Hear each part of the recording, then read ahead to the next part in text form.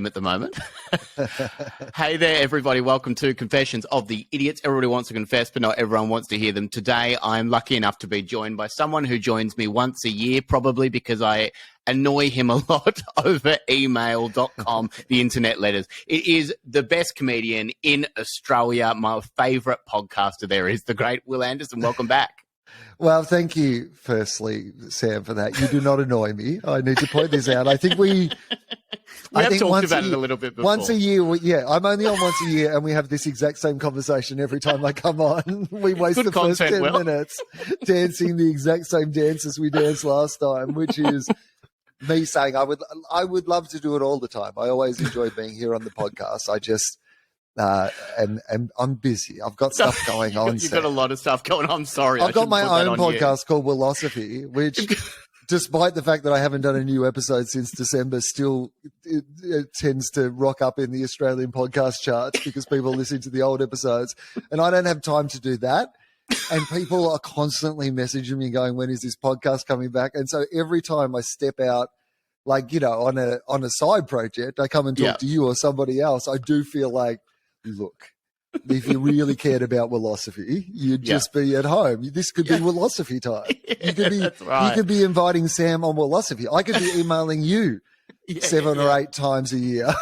And say you liked, always starting with the I liked this that you did the other day, or I liked your live show, or whatever I start with. But the countdown, Will, that I love, because I was just telling you before that I just finished a long time of doing night school, and I love listening to you and Charlie on the way there. It was a big kick for me to go back through all the old episodes and listen again. But I've loved the Riverside countdown talk you two are going through at the moment. Wherever you start a podcast at the moment, you two are continually going through that. And I love that you two have been doing the podcast for so long and have to now talk about the Riverside countdown and whatever is going on in your life. Is it hard after so long of doing that podcast to continually have things to talk to Charlie about?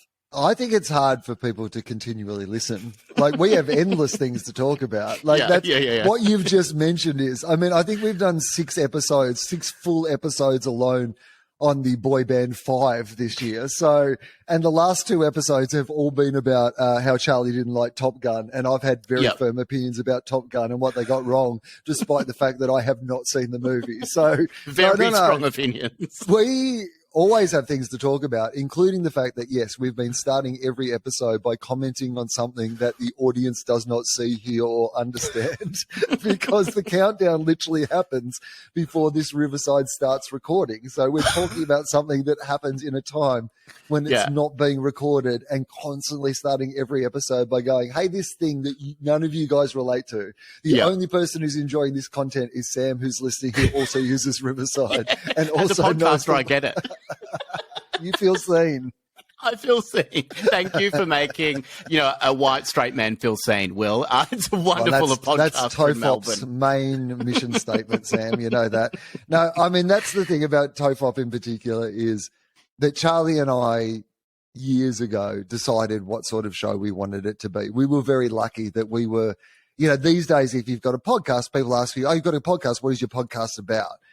Well, Charlie and my podcast isn't about anything. It's about our friendship. It's just a weekly conversation between the two of us where we talk about whatever it is that takes our fancy that week, which, like, it's not about anything. Like, because we're from a time where it was enough to just have a podcast. People would listen because it existed. They didn't need to know what it was about. It certainly did not need to have a name that anyone would understand. So, yes, TOEFOP has existed as this little niche project in the corner of the internet where we like what it is. We don't want it to be any bigger than what it is. It doesn't, I mean, we wouldn't mind if more people came and listened to it, but it doesn't. You're not actively protesting more listeners. I mean, some people would think with the topics of conversation that we bang on about, we're certainly not making decisions based on getting more listeners in and then keeping those listeners. We are purely just doing something that we enjoy doing. And it shows as well. And also listening to, I guess, all through, COVID-19 and everything that everyone's talking about, you coming out of that and doing, Comedy Festival this year. How did it feel to be back on the road and touring, and obviously a lot happened in that time as well for you with the floods and everything. Did you enjoy getting back out on the road and doing this? Because it was, I think, the best show I've ever seen of yours. And I think I say that to you every year, but this was my favorite show that I've seen you do. How was that transformation to do a show where you didn't follow that, start in Adelaide and work all the way through? Was it a different year for you, Will? I mean, I'm sure the answer is yes, but was it a different year? I mean, amazing if I said, no, just felt the same. Just next same question. old. Just ask the next fucking question, Sam. Great question, but no, the answer is truly no. Now, anyone who listened to my podcast during the COVID time, because I'd done 24 comedy festivals in the row, and I think the biggest observation that I have about that is that, if you trained to run a marathon and you ran a marathon every year for 24 years in a row, and you spent the rest of the year training to run that marathon, and then you had a year where you didn't run a marathon, like that marathon didn't exist. Mm-hmm. It's not like you would stop running altogether. And that's very much what happened to me. Like, the thing that I've been training my brain to do for all these years, it still kept going, but I had no show to put those thoughts into. So instead I turned them in on myself. Like, people would say to me at the start of the pandemic, they'd be like, oh yeah, it's actually pretty good. I'm binge watching TV shows. And I'm like, oh, that's great. I'm binging every decision I've made for my entire life. That's what I'm binging.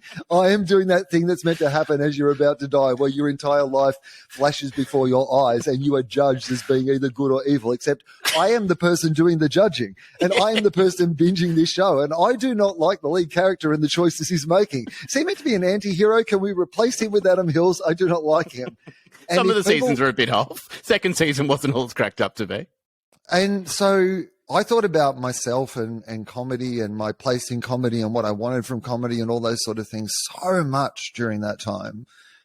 And people who listen to the podcast would have heard me go on that journey, like struggle through what my relationship to stand up was and what I wanted it to be and what I wanted to say and all those sort of things. And if it did come back and how it would come back and, because the thing is, it's not even like fully back in the way that we used to know it. Like the idea that 3 years ago you would tell me that I would be grateful to look out on a room and, that half the audience were wearing mufflers over their laugh holes. This is, it's a different world where I'm happy to have people wear masks because I'm great.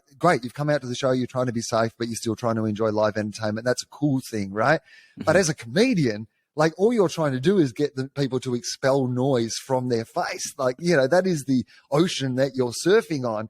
And so we're back in that world. We're back in a world where people are hesitant to come out. We're back in a world where people who are differently abled can't come out to see shows still. Because even though the rest of the world has gone on, for like people who have autoimmune deficiencies or are worried about their health, life hasn't gone on for them. They're still living in lockdown because the world is almost more dangerous than it used to be.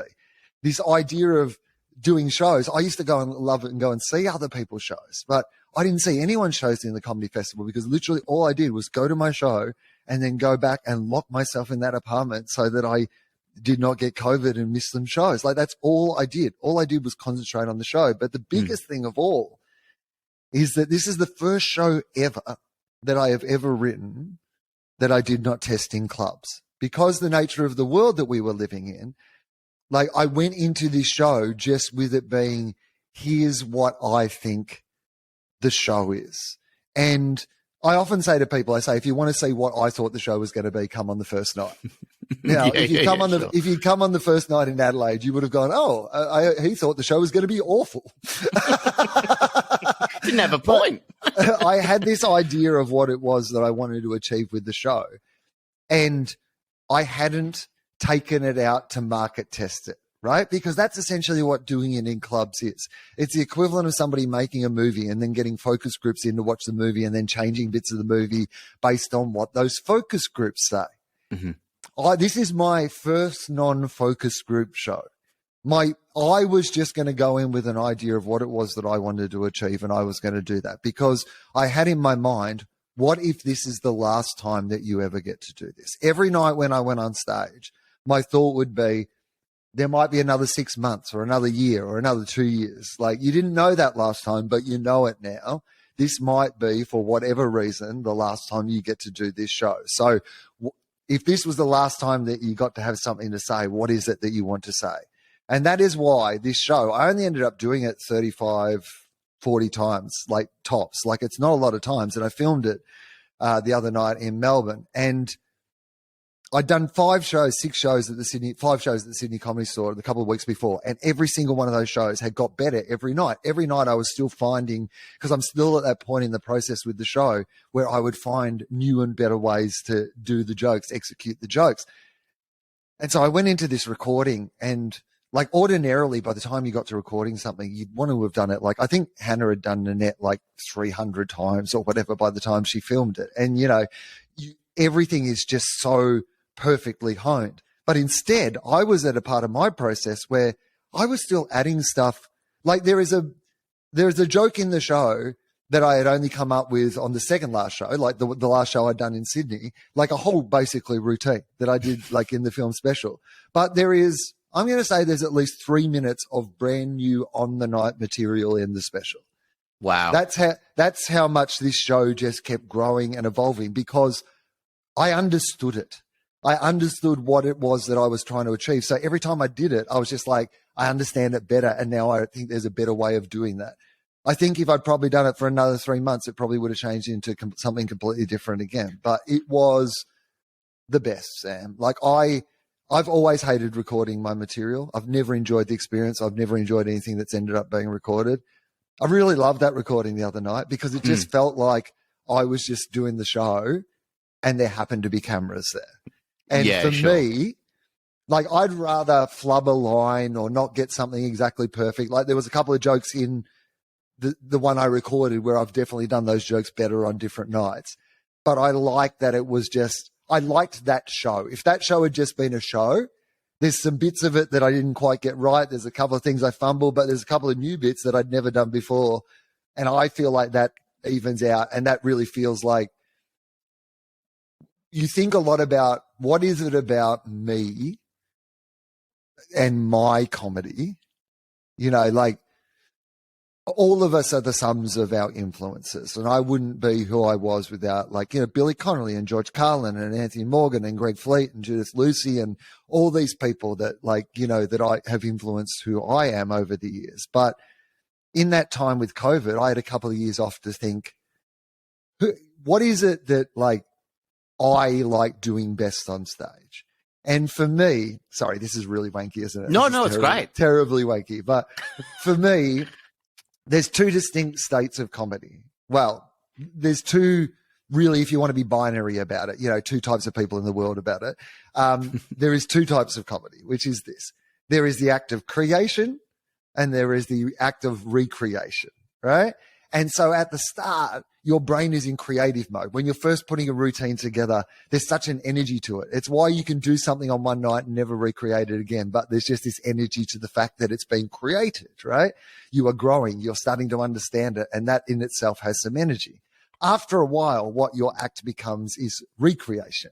You've tested every joke, and then what you do from night to night is you're actually not in creative mode anymore so much. You're in, how do I recreate this in the order and the way that it worked best the last few times I did it, because I think that's the way that it'll work best tonight. Mm-hmm. But you're not riding the moment and the energy of the room in that way that you do when you're in that creation spot. And I think that's why I love doing those improv shows, which are like 100% creation. Yeah. But what I think I managed to do with this show, by only doing it that many times, like not having done it 100 times, not having done it 150 times, and every night me going out there going, I want to, even if I'm recreating, I still want to be in creation mode. Yeah. And so that for me just was like, that's where I think I'm at my best. I've never been a comedian who's been a brilliant, you know, minimum wordplay, like, perfectly scripted, even though there is a real structure and script to what I do. Like, there is a lot of internal writing and these sort of things, but I don't like it to be word perfect. I want it to be in the moment, a sense of a show just for those people that night. And that is the show that you get. And I certainly feel like with this show, I achieved that better than I have ever achieved that before. I don't know if it's my best show. I don't know, but I know it's my most legit show, as in the one that I feel like this is me. You get a real sense of who I am and what it is that I'm trying to do. With the floods and happening just before, and you getting locked in where you live and not actually being able to come to Melbourne for the start of the comedy festival, had you already locked into that mindset of creating, the show and being in the moment? Had you already come to that mindset before you started, or were you a little bit terrified opening a show in Melbourne where your regular process, or are you just now like, Ando's got this. Ando's been doing this for a while. He's got this. I don't ever have that level of confidence like I've got this, but I do have, this is what I do know. Any of that other stuff has never been like, it just gets in my way. I'm at my best when I am like confident, like, or at least have the appearance of confidence. That's when I'm at my best. Any of those things of like worrying about it or whatever, they only ever get in my way. So I think that I've got better at just saying, you're going to be better in this moment. And that's what the improv shows taught me.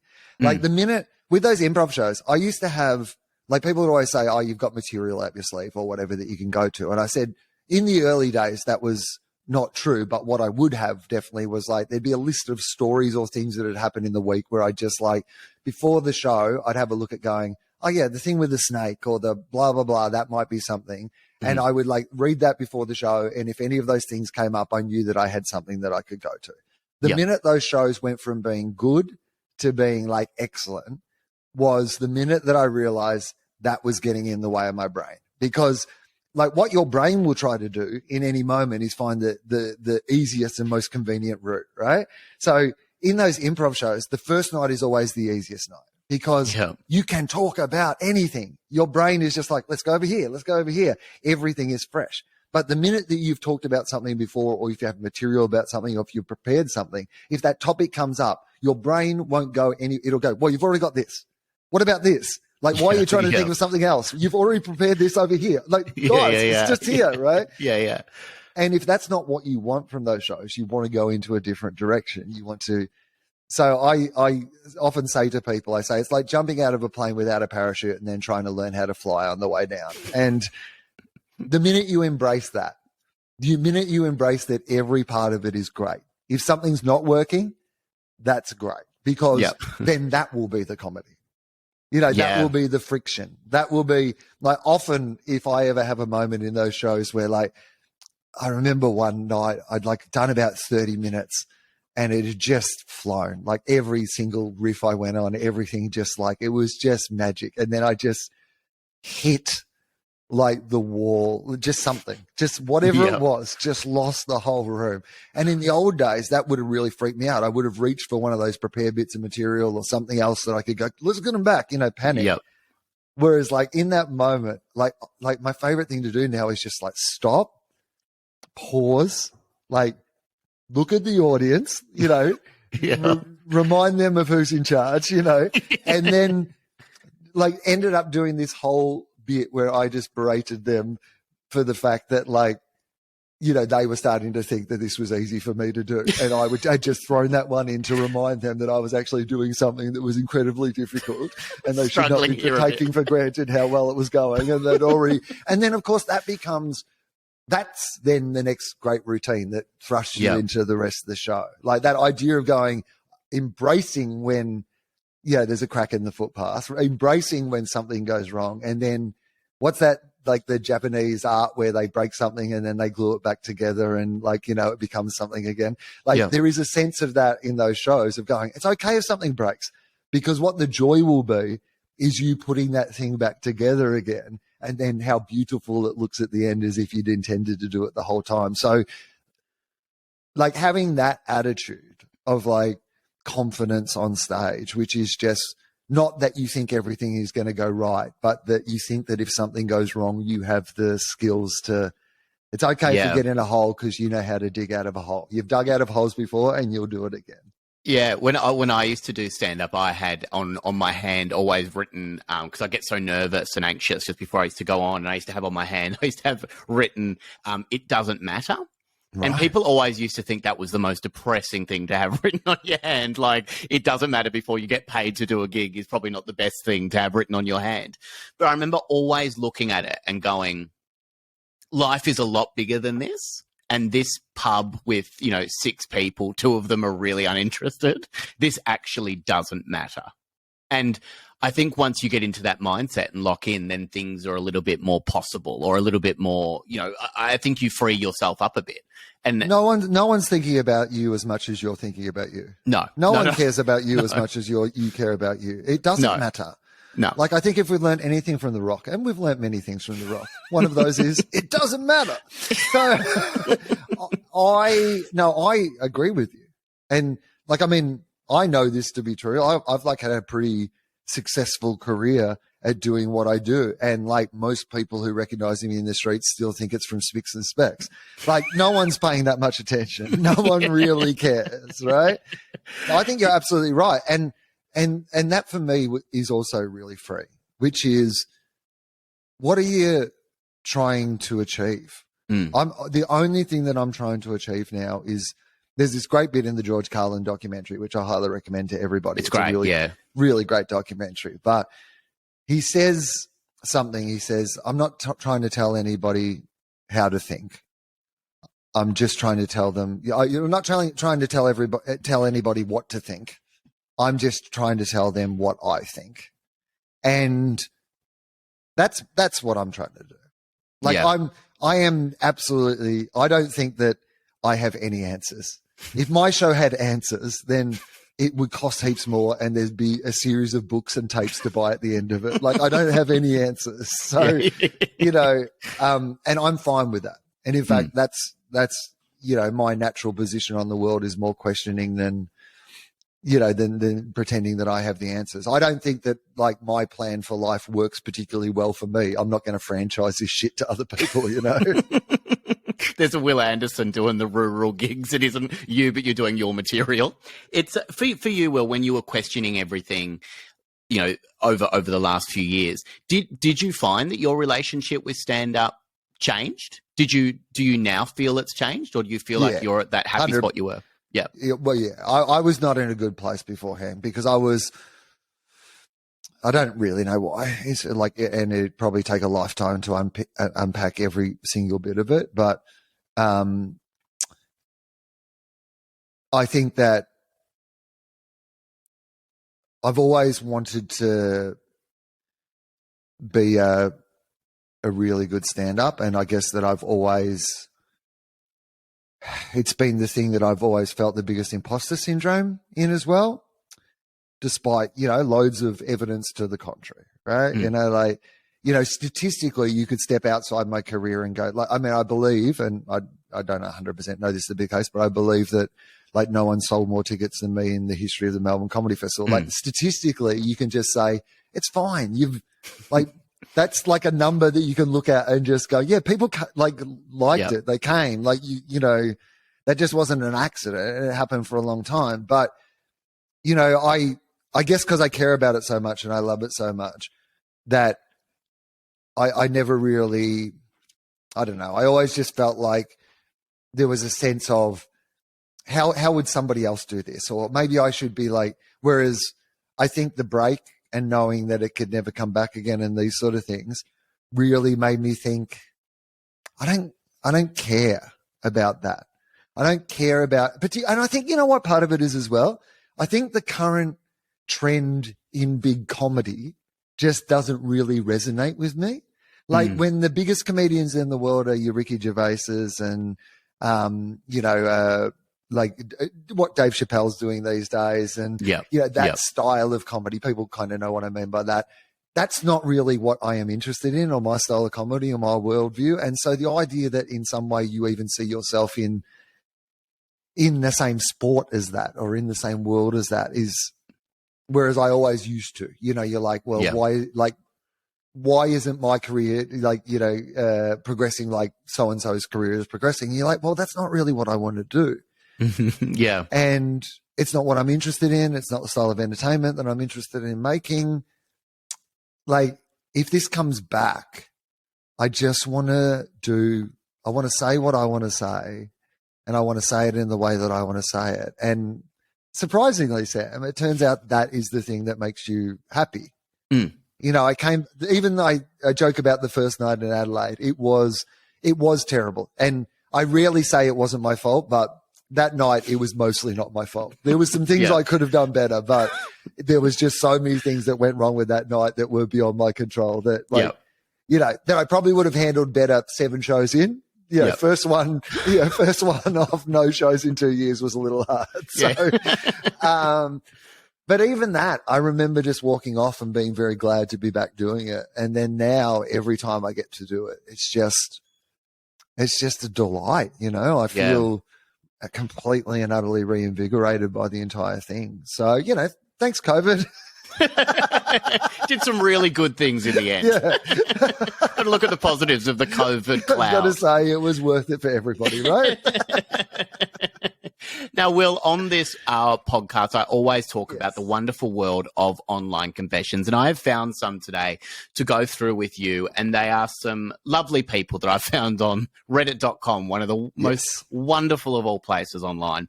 And the first confession comes from Byron. Byron confesses. This is a strong start, by the way. Mm-hmm. Okay. Yeah, got my dick stuck in a couch and didn't get any better after that. Okay. All right. Good. Good to get it off his chest, but also, you know, I can't imagine it did get much better after that. No. If that's your low point. I love that he started with yeah, too. Yeah. Like he's answering a question. Yeah, I did get my dick stuck in a couch. Thanks for asking. It's like in a film. And no, it did not get better after that. It's like if this was a film, it'd start with this exact scene and go, how did I get myself here? Yeah. I know what you're thinking. That would be a great episode of Quantum Leap, by the way, though. if it started and he just had his dick stuck in a couch. He's just like... I wasn't expecting it to get heaps better, but there wasn't much I could do about it. Okay. I was staying at a friend's house, and the friend had this old futon. Okay. I didn't want to sleep on it. I'm always worried about sleeping on old things. I think that's a weird stance to take on anything. I'm worried about sleeping on old things. I'm not, well, I mean, look, old often means that, like, so you're meant to change your mattress and your pillows quite regularly because it's a whole bunch of bugs and stuff that live in them. So technically, he's not, like, entirely out of line about this. And futons can be bad for your back. So if you're gone with, like, I was worried about my back, I would have been fine with that, with the futon. But as we know, here's what I will say about your futon. Hard to get your dick stuck in it. So in reflection, he has definitely made the wrong choice.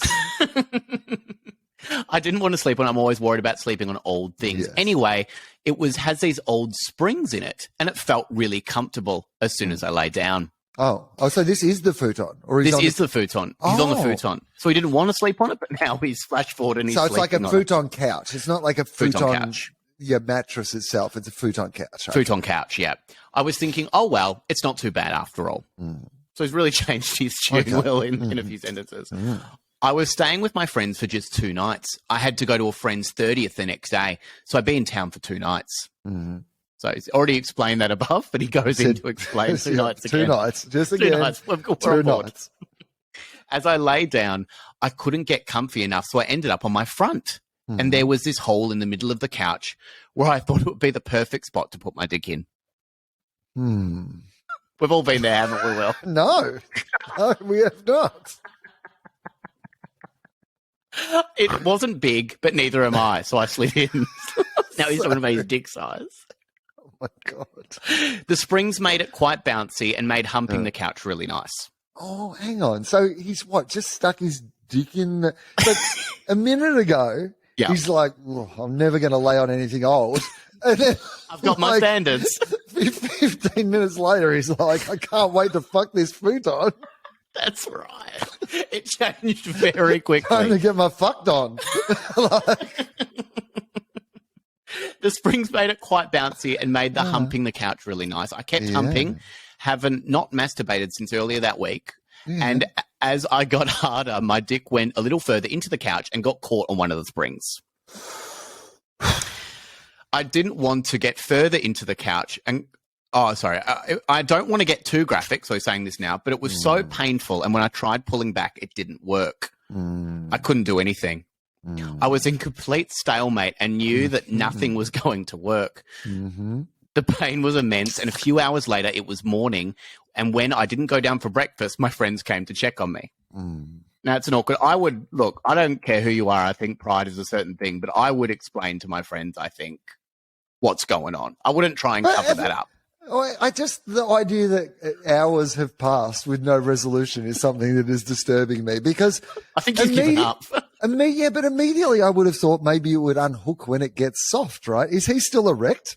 Like, is there a chance that, like, he's just spent 2 hours? Like, maybe he popped a Viagra or something. I think he might have. Yeah, because there was talk of having not, pleasured himself for a while. Maybe he did pop a Viagra. The couch won't get me hard, but I know a way. I pretended I was really sick, facing down, of course, the entire time and not looking anyone in the eye. What's your exit plan, dude? I don't think he's thought this through at all. It happens from the start when he decided to fuck a cow. I told them, when someone fucks a couch, I don't think they're a real big forward planner. I told them I could not go to the party. And when they were out, I had to very, very slowly remove myself time and time again. Inch by inch, I had to go, making sure I didn't go too fast or everything would be much worse. Okay, here's what I would say, though.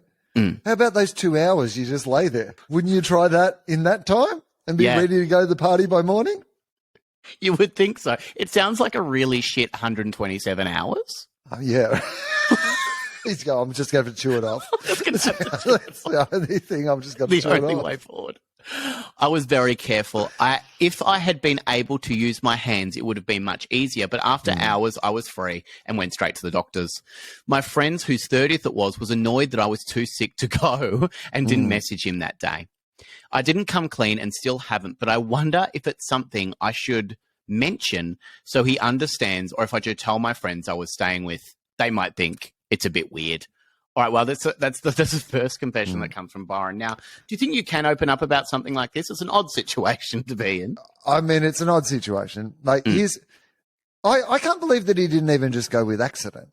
Like, because there's a chance that when you're he goes like, I rolled over in the middle of the night. Yep. I've got like something. Yeah, I don't know how this has happened, but like, and then maybe they'd still be like, oh, I guess he was fucking that futon, right? It is irresistible, but.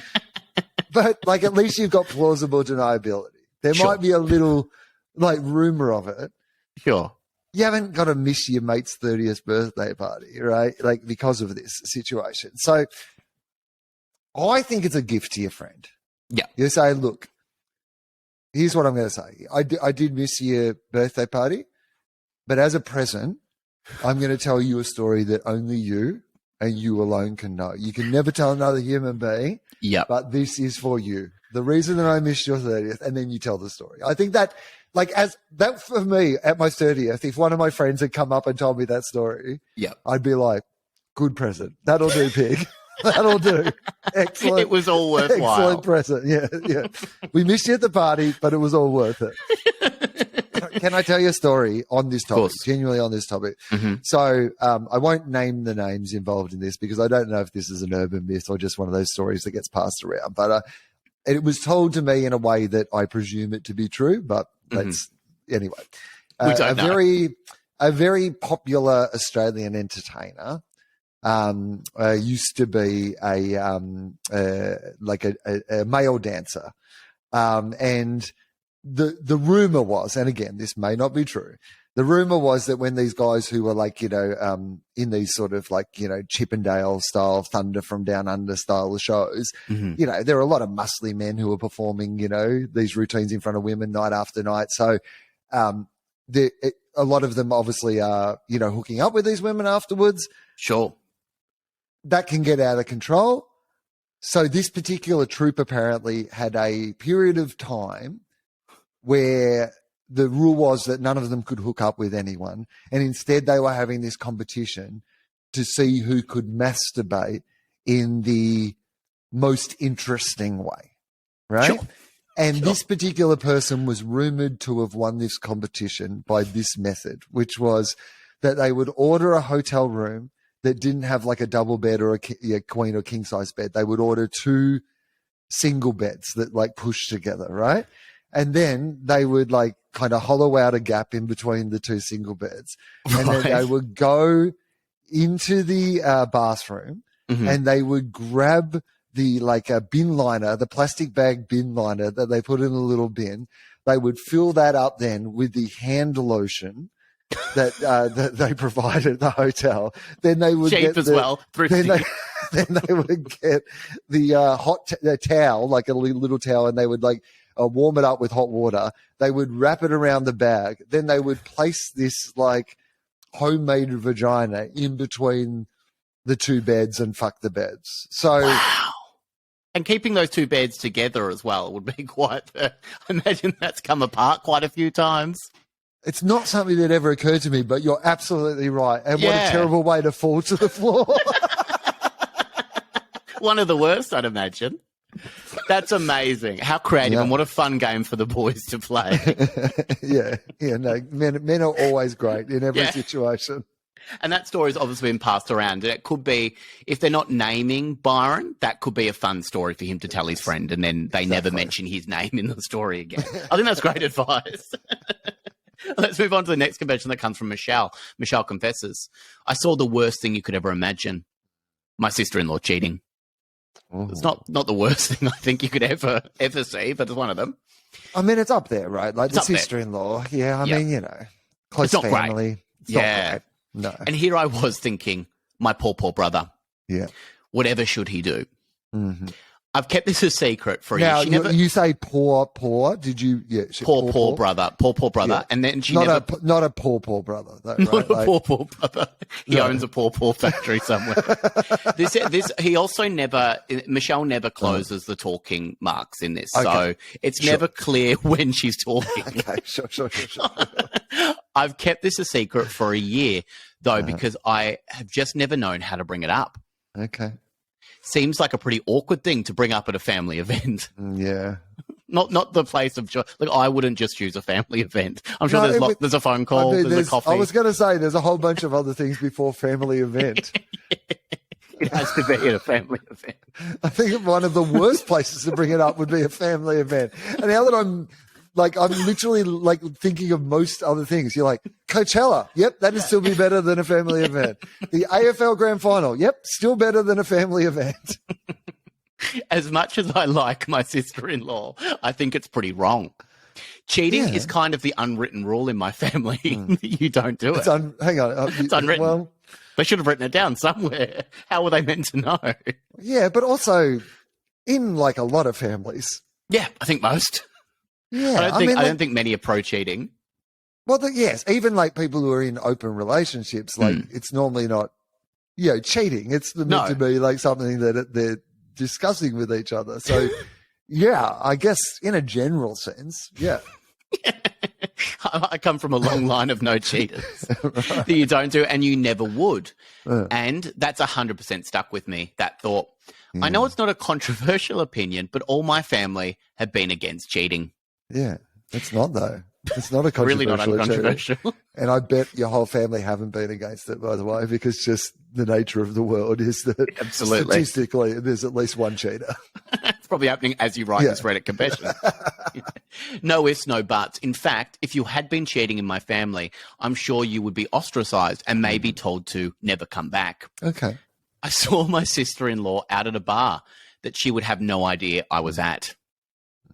When I saw her, I was about to walk over, my arms outstretched to embrace her the only way I know how, with a hug. It's one of the only ways, Will, I know how to embrace someone as well. Tackle? Maybe a tackle? Right. I drop a net on them from up above.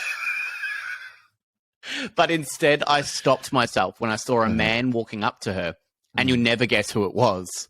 Not my brother. Oh, You'll never guess who it's not. That. Oh, no, I absolutely would have guessed that. If that's the answer, that's 100% what I would have guessed. I think you need to change the question to I never guess who it was and it was not. Correct. No? Yeah. I didn't know who it was. Didn't look like my brother at all. Because it wasn't. Okay, well, we get it. It's not your brother. Sure. Would have been worse if he looked like your brother, surely. Like if she was cheating on some guy who also looked like your brother. They embraced, and then she kissed him on his own lips. And that was it. It's weird to kiss him on someone else's lips.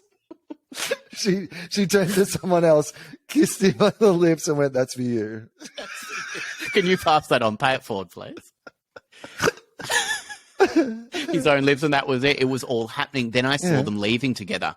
He had his arm around her waist. They started kissing as the Uber pulled away. And here I was, hiding behind a high bench.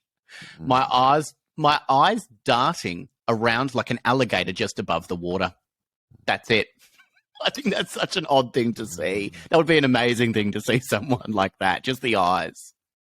Now, at a family event, I can't look at her in the eye. I can't bring myself to say a thing. I feel as though I need to take her aside and let her know that I know, or my brother, or my parents. And what if it wasn't even her, and then I'm bringing this up? All for unnecessary pain? Wow. Here I go. Don't know what to do. Now, Will, I think you want to be pretty sure. They were pretty determined that it was her throughout the whole confession. Earlier on, but at the end, she's really thrown in the idea that it might not be her at all, which was a real spanner in the works. It was a real M. Night Shyamalan-style twist that, like, it might not actually be. With the alligator eyes, I think he wasn't taking it all in. It's been a year. It's too late. Yeah. Because then people start to question why you didn't say anything sooner. Right. No. You've already not said something. That's too long to not say something. You can't bring it up now. There is a statute of limitations on seeing your sister-in-law cheat with somebody, and it is 365 days. Sorry, too late. You've just passed it. Yeah, it is too late to say anything, isn't it? Like, it is way too late. Even if you're unsure. Because the family are going to be like, you had so much opportunity to say something before. We apparently have a lot of family gatherings. So, and you know the rule in this family. That's the best place to bring things up. We all make a speech and get something off our chest at the end.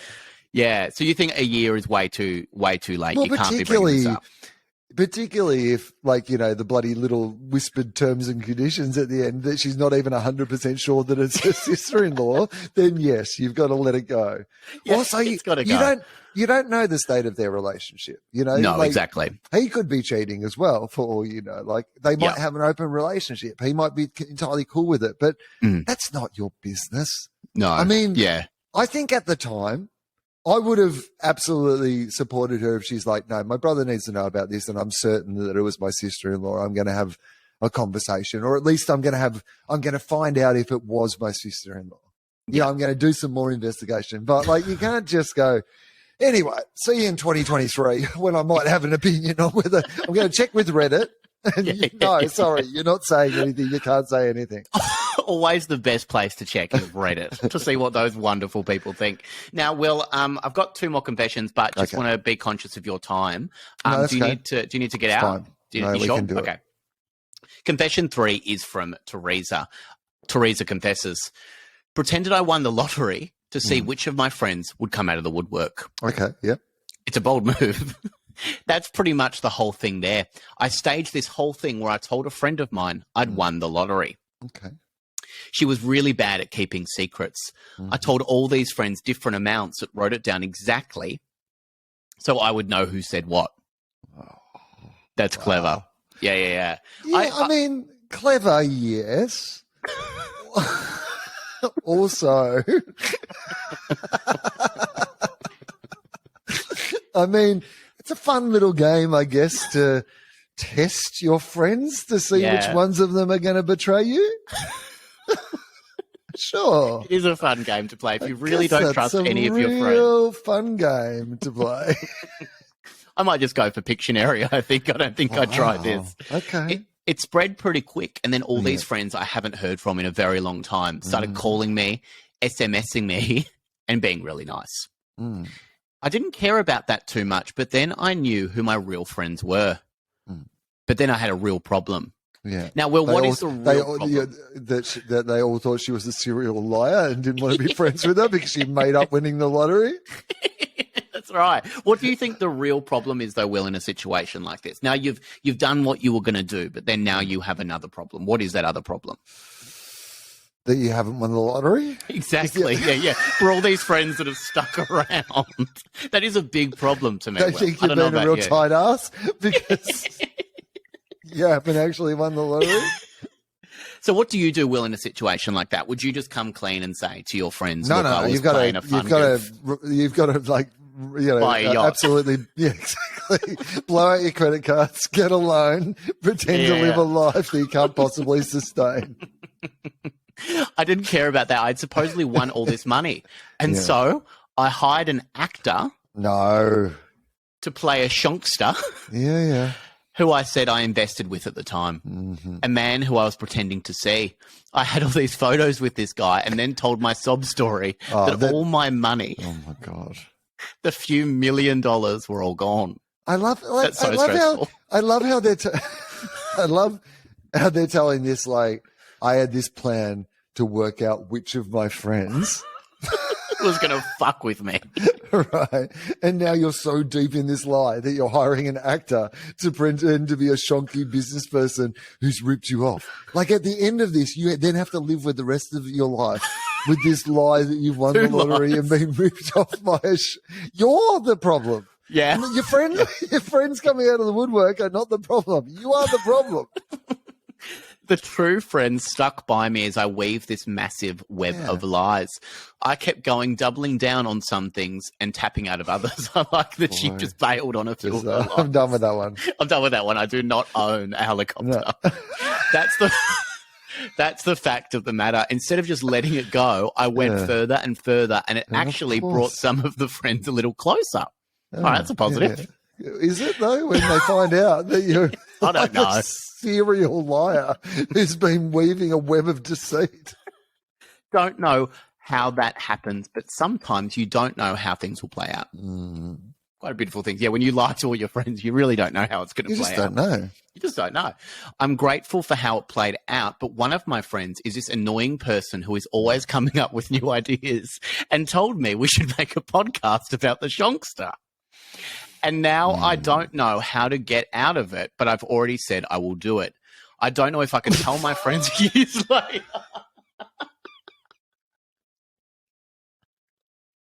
That I lied to all of them for a bit of a social experiment. Okay, there's two ways to go with this. One will abort it. One is this. It's very simple, which is that you say that you can't do the podcast because it's just too sensitive to you. It's like it's just something that's still too raw. I mean, like, come on, I won the lottery and then had all that money ripped off of me. This is like the most traumatic event in my life. Yeah, I just can't relive it. It's not something that I can do.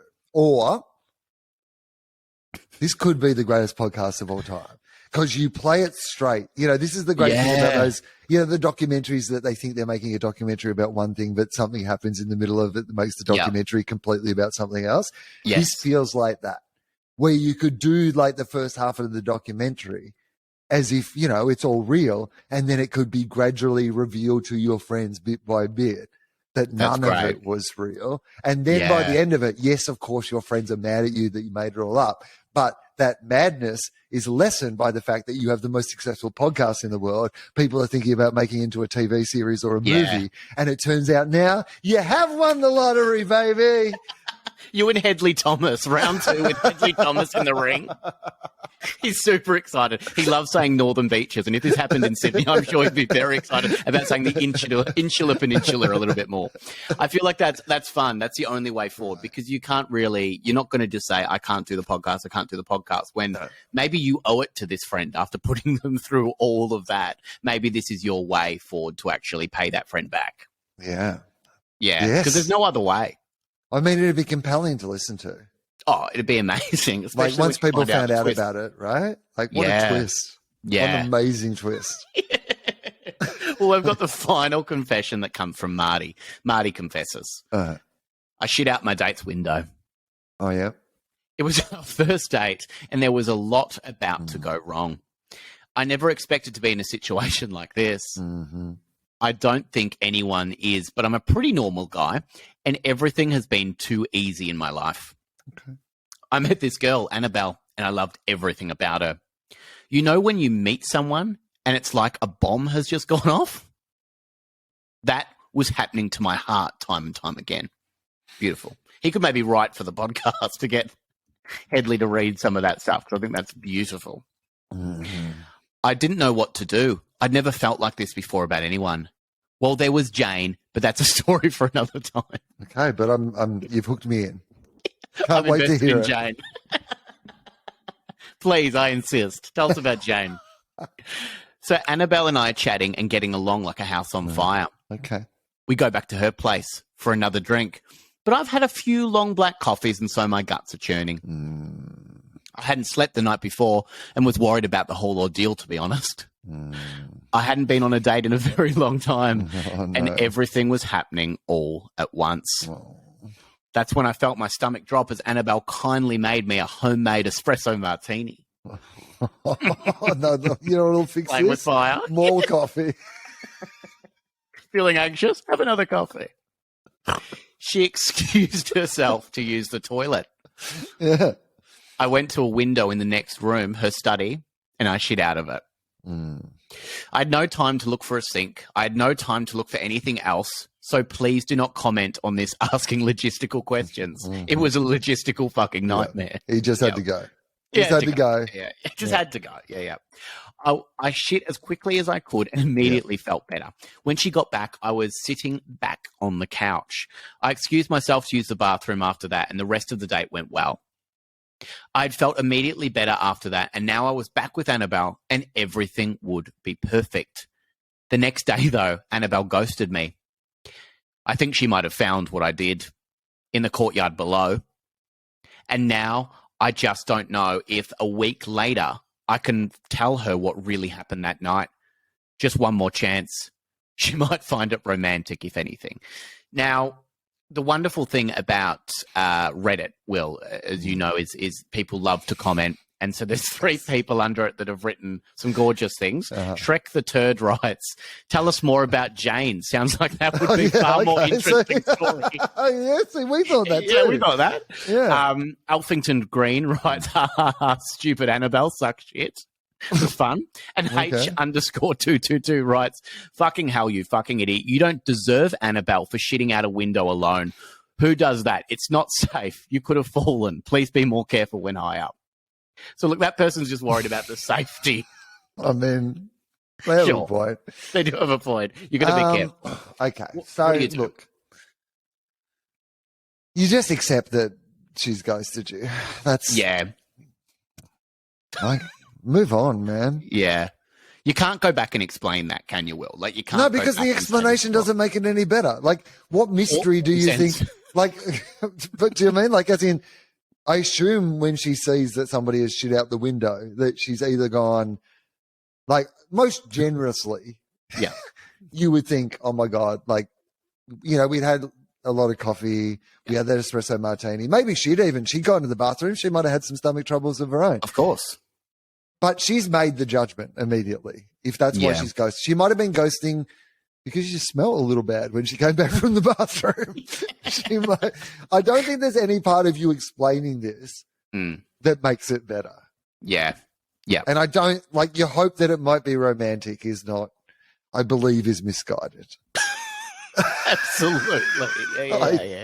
Yeah. That's not the most romantic. That's not the Notebook, is it? It's not a beautiful story that she's just going to go, that was amazing. I mean, even if it did work out perfectly, you know then that story gets told repeatedly for the rest of your life. And it's just that, is that something that that's your meet cute?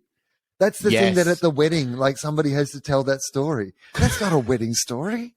No. Like, they'll tell it because they have to tell it because that's your story. The night you guys hooked up and you shit out her window. That is the story of your relationship. And no matter how good it is, like, if you have children together and they're like, how did you and mum meet? Well, here's a funny story. Is it a funny story? Even the kids would be like, what about Jane? Tell us more about Jane. Even like, if that, I think you have to be thankful that friend who started the podcast in the last one isn't your friend in this, because they would have 100% turned this into a limited series as well. That podcast friend just sniffing around for any podcast idea. Oh my God. It'd be the shitting out the window. The most beautiful story, so romantic. At the end of that, we've had 4 wonderful confessions from 4 beautiful people. If you had to cast any of them as a major motion picture, do any of them 100%. Mate, this podcast about the person, investigating the fact that they've been ripped off from the lotto, and then the reveal that the person who ripped them off was a paid actor. Who was in a relationship with the person, and then the reveal that the person who was a paid actor was actually being paid by the person who was pretending to be a person who had won the lottery who hadn't won the lottery. And the reason that they won the lottery, pretended in the first place, was to see which of their friends were legit friends or not. And they're currently revealing that to their legit friends while making a podcast about this event. I mean, I could pitch that as a major motion picture and get that funded today if that podcast existed. Absolutely, yeah. What would you want to call it? Would you want to call it the Shonkster? Do you think the Shonkster's a good name? I've never heard the word Shonkster before. What do you think? I don't know if the Shonkster is exactly... you'd want something that doesn't reveal what the ending is going to be, right? Yeah, okay, yeah. Maybe you could just have it something about lottery. Maybe it could be something about, lottery calling or something like that. That's right, the lottery of life. Or the lottery of life. She's a lottery. Beautiful. Or She's a lottery. Yeah. Well, I think that's beautiful, and that film is absolutely going to happen. Will, how do people find you and your podcast and live shows that are coming up as well? Yeah. I don't know how people find me anymore, because I am going to go off social media. It's all just going to be officially run, and I just think I've enjoyed not consuming. You're done with social media. Yeah, I'm just gonna use it as a place to plug the other things that I'm doing. Yeah, but I'm not going to exist in those ecosystems for their own sake, I guess, is the difference. So good for you. You'll still be able to see more, podcast stuff and stand-up stuff and all those things will live there. But I've just made a conscious decision myself around how much I want to have my face in my phone. And so one of the things that I've been doing, which is amazing, is I turn my phone off at night. Normally around 7:30, 8 o'clock at night, I turn off my phone and I don't turn it on. I don't turn it on immediately in the morning. I to do a few things in the morning, and get on with my day a bit before I turn the phone on in the morning. And it's great. And so I'm not going to be on social media as much, but people can still find me in all the usual. There'll be a presence in all the usual places on social media. But my podcast, TOFOP, FOFOP, Two Guys, One Cup, and AFL adjacent podcast. And at some stage, you can listen to the back catalogue of Philosophy at the moment, and hopefully one day in the future there'll be new episodes of that. Yeah. Well, thank you, Will, as always, for joining me on the podcast, as you do once a year with several emails back and forth. Thank you, Will Anderson, as always, for joining me on the podcast. Thank you, Sam. Thanks so much, Will, for doing that. Thanks, mate. I'm just going to stop that. And that.